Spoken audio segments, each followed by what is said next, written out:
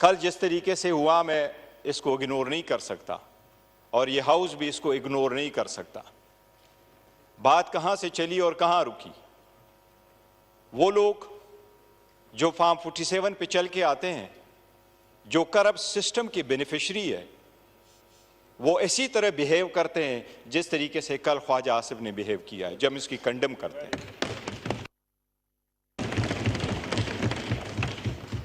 Madam chairperson, ये लाजिम है कि हम इनको एक चीज जरूर बताएं कि पार्लियामान जब इस वक्त है तो मैडम स्पीकर आपसे हम मुतालबा करते हैं। ये मुतालबा हमारा चेयर से, स्पीकर से है। इंडिया हमारा अपोनेंट जरूर सही, दुश्मन सही, लेकिन उनका 17वां लोकसभा चल रहा है। इन्होंने 17वें लोकसभा में 90 मेंबरान को एक्सपेल कर दिया फ्रॉम द हाउस, सस्पेंड कर दिया। आप कभी कंप्रोमाइज नहीं कर सकते इस हाउस के तकद्दुस पे और जो इनके मेंबरान है उसके तकद्दुस पे। उसने कल जो कुछ चेयर को कहा, चेयर उसको माफ करे, लेकिन उसने हमारे एक मुअज़्ज़ज़ रुकन के बारे में जो अल्फाज कहे हैं, हम सिर्फ मजम्मत नहीं करते, हम चेयर से मुतालिबा करते हैं आप उसको एक्सपेल फ्रॉम द हाउस करो फॉर द रिमेनिंग सेशन। वो अल्फाज दोहराई वाले नहीं है, रिकॉर्ड का हिस्सा है, रिकॉर्ड का हिस्सा है, मौजूद है।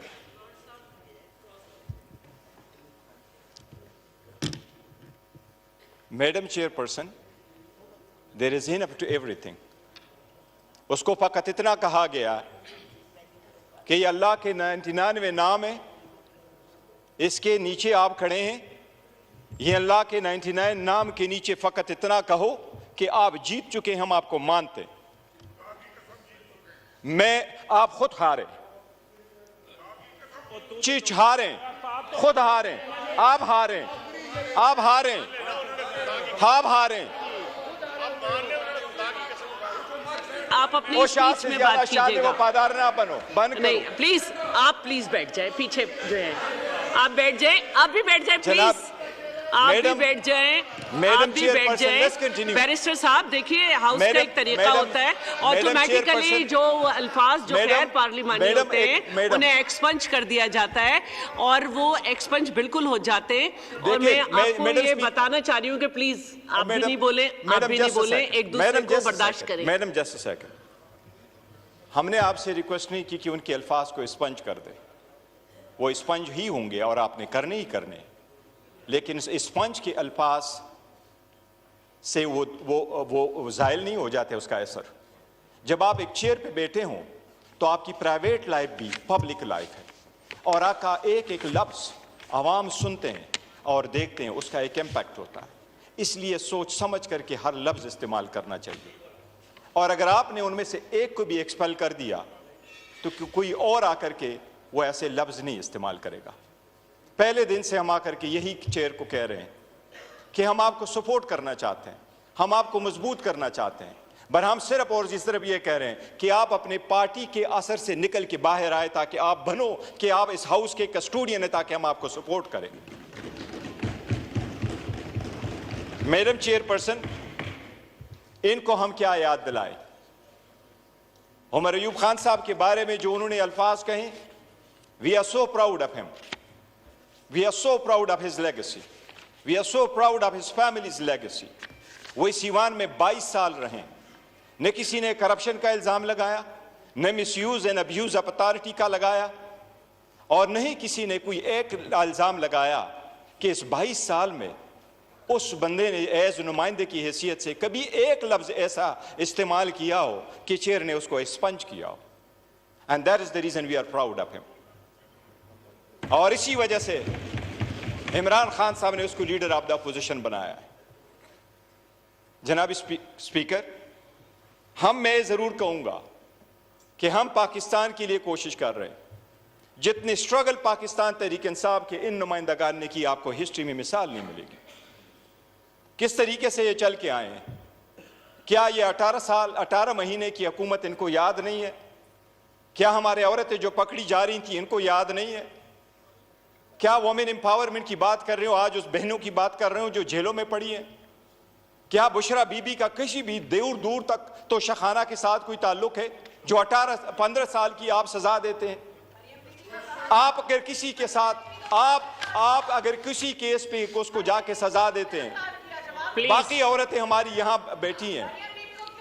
अच्छा, ये प्लीज आप अपनी स्पीच में रिप्लाई कर दीजिएगा, फिर दोबारा हाउस मैडम खराब हो जाएगा, मैडम उसका atmosphere. Have order in your house, always enforce your order. जी प्लीज आप अपनी स्पीच में जवाब दीजिएगा, जिसको भी दरमियान में कोई सेंटेंस आ रहा है, कोई रिमार्क्स आ रहे हैं, कुछ आ रहा है, यही होता है सर। इधर भी मैं यही कहूँगी, और खास तौर पे जो आपके मैडम चेयरपर्सन, इंडिया की मिसाल देता हूँ।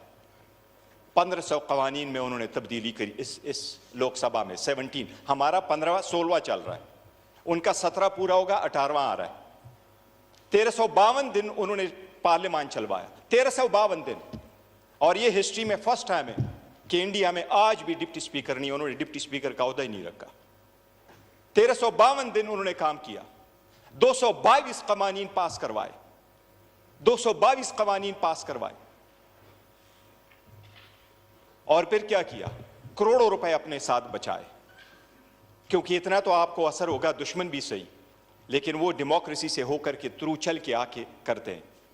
अगर आप अवाम की नुमाइंदा हो तो फिर अब आप अवाम का सोचते हैं।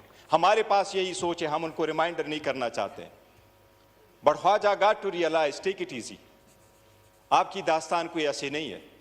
डॉन लीक्स वाले आप थे, सुप्रीम कोर्ट पे हमला करने वाले आप थे, पनामा में नाम आने वाले आप थे, पनामा में नाम आने वाले आप थे, पनामा में नाम आने वाले आप थे, डॉन लीक्स वाले आप थे। आप लोग प्लीज खामोश हो जाएं, फिर मैं उन्हें खामोश नहीं कर सकूंगी। स्पीच कर रहे हैं गौहर साहब, उन्हें करने दें। मैडम चेयरपर्सन, डॉन लीक्स वाले ये थे, पनामा वाला ये थे, आपके लीडर के खिलाफ जिसको अभी सदर बनाया मेमो गेट वाले ये थे, खुद वकीलों वाला यूनिफॉर्म पहन करके केस रगू करने वाला नवाज शरीफ था। और ये लोग तो अकलियत ही है, ये उसको कौन मानेगा? इनकी हुकूमत है, आज भी इनके पास अक्सरियत नहीं है, नवाज शरीफ के पास है। आप उस चेयर पे अपनी पार्टी रिप्रेजेंट करती हैं, ये वाले लोग हमारे साथ भी बैठ सकते हैं। ये ऐसा हाइब्रिड सिस्टम बनाया, ना हुकूमत ना अपोजिशन, लेकिन फिर भी एक हकीकत है, शहबाज शरीफ आज भी विदाउट मेजॉरिटी है, हिस्ट्री में ऐसी हुकूमत बन रही है और बन चुकी है जिसको आवाम कभी नहीं मानती कि ये हुकूमत है, ये फेक है, जाली है। और यही रीजन है नवाज शरीफ ने उससे इस्तीफा भी ले लिया सदारत का। और यही रीजन है कि नवाज शरीफ, यही रीजन है मैडम चेयरपर्सन,